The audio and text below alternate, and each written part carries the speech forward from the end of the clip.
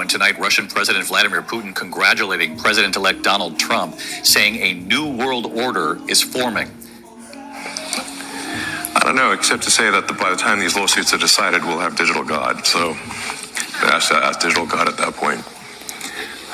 These lawsuits won't be decided before on a time frame that is relevant.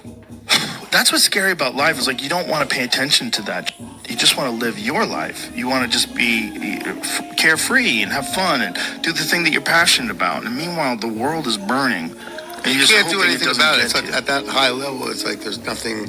Well, we can. We voted Trump in. And his idea is to stop all this. And hopefully he can do that. Yeah. But, man. Is that a good thing or a bad thing? I think we live, there's that, I don't know if it's actually a real Chinese saying or not, but may you live in interesting times. Right. It's apparently not a good thing. I would prefer to, personally, live in interesting times. And we live in the most interesting of times. I think for a while there, I was like really getting demotivated and losing sleep over the threat of AI danger. And then I finally sort of became fatalistic about it and said, well, even if I knew annihilation was certain, would I choose to be alive at that time or not? And I said I probably would choose to be alive at that time because it's the most interesting thing, even if there's nothing I could do about it.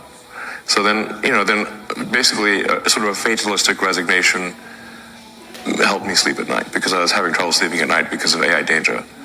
Now, what to do about it? I mean, I've been the biggest, the one banging the drum the hardest, by far the longest, or at least one of the longest for AI danger. And these regulatory things that are happening, the single biggest reason they're happening is because of me. Ian, what do you make of this? Yeah, David, I mean, this was an upbeat and confident Putin speaking in the wake of that election victory, calling NATO out of date. As you say, he claims a new world order's taking shape. We're going to turn now to the reaction around the world to Donald Trump's victory. Vladimir Putin is among the global leaders congratulating the president-elect as speculation grows about how Trump will handle issues like Ukraine. Chief Foreign Correspondent Ian Pannell is tracking the latest from London. Good morning, Ian. Yeah, good morning, George. You could almost be forgiven for thinking Donald Trump was already in office, judging by the amount of international attention he's getting. He's spoken to around 70 world leaders, but conspicuously missing from that list is Vladimir Putin. The Russian leader giving a major speech overnight, sounding upbeat in the wake of Trump's victory. The Russian president claiming a new world order is now taking shape. Putin congratulating Trump, though, saying he's ready to meet the president-elect, also praising his response to that attempted assassination, saying he was courageous and a real man. Trump, of course, has committed to ending the Ukraine war, the haggling already begun, but Zelensky saying it's unacceptable to make concessions to Russia in exchange for a potential peace deal.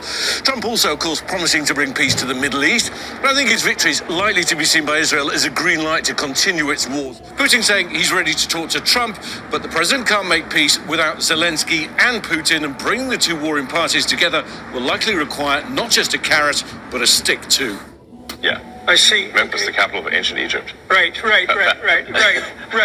Yeah, you're bringing what? Perhaps that's where our new God will come from. Yeah, no kidding. No kidding. Yeah, I wish that was funny. Yeah, okay, so I want to talk to you about a line I wish that was funny. What I don't feel safer is right now they're launching missiles into Russia. Yeah. How are you allowed to do that when you're on the way out? Like, the people don't want you to be there anymore. There should be like some sort of a pause for like significant actions that could potentially start World War III. Maybe that would be a good thing that we would like to avoid from a dying former president. The whole thing is nuts. I mean, look, I don't know shit about politics. Zelensky says Putin is terrified. You, man.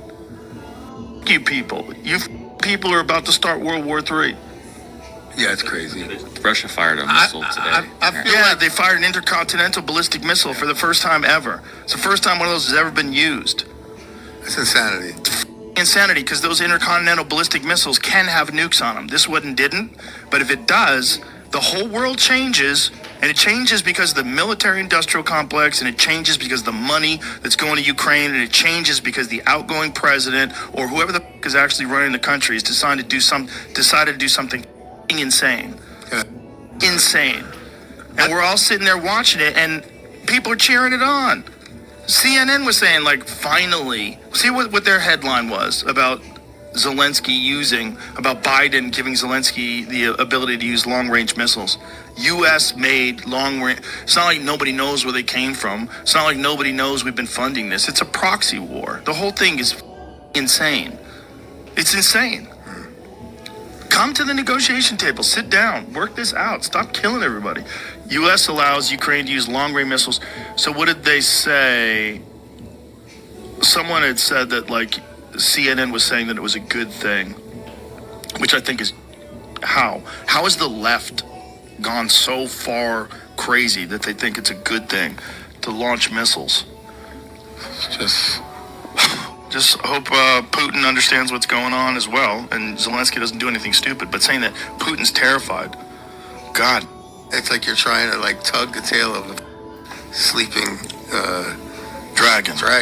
This morning, Ray Kurzweil, the inventor and futurist who's been working in the field of artificial intelligence longer than anyone alive. His new book is called The Singularity is Near, the date when he says humans and machines will eventually merge. We know it can be scary and weird to think about, but not for Kurzweil. He says it's more likely to make everything better.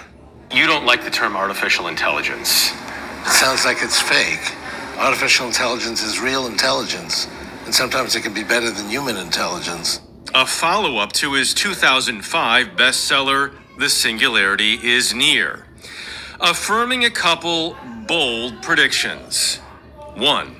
Artificial intelligence will be as smart as humans within 5 years. In 1999, I made a prediction that we would reach AGI, Artificial General Intelligence, by 2029, within 30 years.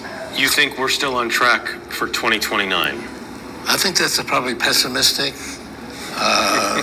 You keep pushing this up. Well, Elon Musk says it's going to be 2 years. Other people saying 3 or 4 years. 5 years is probably conservative. After AGI, says Kurzweil, comes the singularity, a term borrowed from physics, when humans and machines eventually merge. I'm fascinated by this, like artificial intelligence and humans merging. I'm trying to envision that. I think the most important part is that he doesn't see it as us versus them. Okay. He says, we're creating AI. He says we're creating AI with our values. AI is basically going to be part of us. So use your phone right now to do a Google search to find information to be smarter. That essentially is going to be in your brain. Yeah, but not all human values are equal or the same. So that's the big question. Okay, here we go, my people. Now, if people think that I played that video or you watch that video and you think that they all kumbaya, everybody's going to be getting together, or you think they are enemies, this is what you don't understand. The complex cell is following the script in which their creators have laid out for them, and they are doing it. And a lot of people are being fooled because you don't understand. The next upcoming war is a major war between our brothers and sisters and these entities on the planet and this complex cell organism. This is why they keep talking about AI, artificial intelligence. Artificial intelligence is learning. Artificial intelligence is continuously learning, and it's learning. It doesn't have any intelligence. It's learning everything that we already done, what we taught it, and then it's gonna make its future. It's going to make its future decisions based upon the experiences or the information that it already has been downloaded.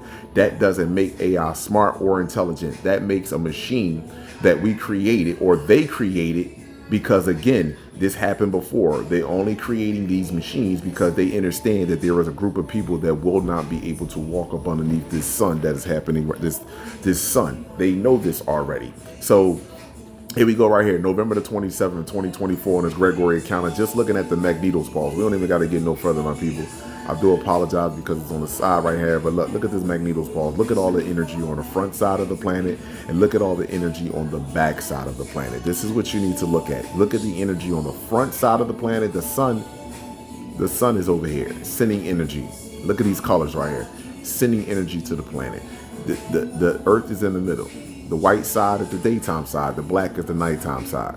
So now you look at the nighttime side of the planet. Look at this energy back here. Look at all this energy that is heading to this planet from the backside, where there is no dome. There is no shield that is supposedly protecting you from harmful solar radiation or gamma radiation. The dome is not to protect you from radiation. The dome is to keep entities that are in here that want to circumnavigate the solar system that's not allowed to. That is what the dome is here for. The dome is here just to keep you separated from other parts of other realms. That's all it is, and to keep these entities here. But for us, the dome, we don't have no dome over us. It's why they say the sky is the limit. There is no limitations with us. Understand and overstand that. This is why you hear Putin talk about the new world order. You hear him talking about we're forming a new world order, and y'all think that this whole regime that's taking place right now with Trump, the things that was going on prior to Trump, you know what I mean, with Biden now sending warheads over to Ukraine so Ukraine can use them in Russia. Russia has lowered their threshold regarding using their nuclear weapons. They're going to use the energy that is taking place with the sun, and they're going to use the energy that is taking place with the sun to create false flags here on this planet. This is what's happening right now because they got everyone in a condition of fear. They have to have you in so much fear that when you see other entities and other life forms, you're going to have to believe that they were somewhere else the entire time, and they did not put this shit together. That's what they need you to believe in order to pass this off successfully. And it's not going to work, my brothers and sisters. It is not going to work. They might fool some of us, but they're not going to fool all of us. See, that's the one thing. So let me show you something else. Look up here at solar wind. Let's take a look at solar wind here. They're